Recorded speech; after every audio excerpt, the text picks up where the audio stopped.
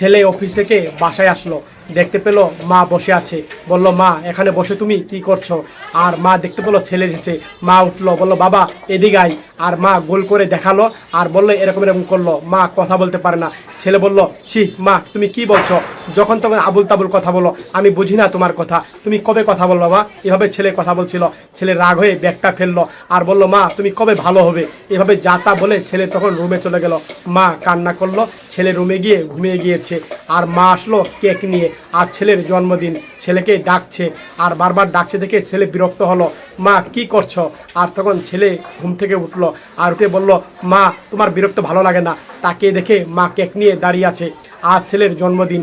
মা এটাই বোঝাতে চেয়েছিল, বাবা তোর জন্মদিন, কেক কাটবো আমি, এভাবে বোঝাতে চেয়েছিল। কিন্তু ছেলে মার মনের কথা বুঝতে পারে নাই। আর ছেলে অবাক হয়ে গেল। আর তখন মা বলছে, বাবা কেক কাট। আর তখন ছেলে কান্না করে দিল, মা আমার ভুল হয়ে গেছে, আমি বুঝতে পারি নাই, আমার জন্মদিন আজ, আমার মনে নাই, এভাবে কথা বলছে। আর তখন ছেলে তার জন্মদিন পালন করছিল। আর তখন হ্যাপি বার্থডে টু ইউ বলে উইশ করছে। আর ছেলে তখন তার জন্মদিনে কেকটা কাটলো। আর মা তখন ছেলেকে প্রথম খাইয়ে দিল। আর ছেলে তখন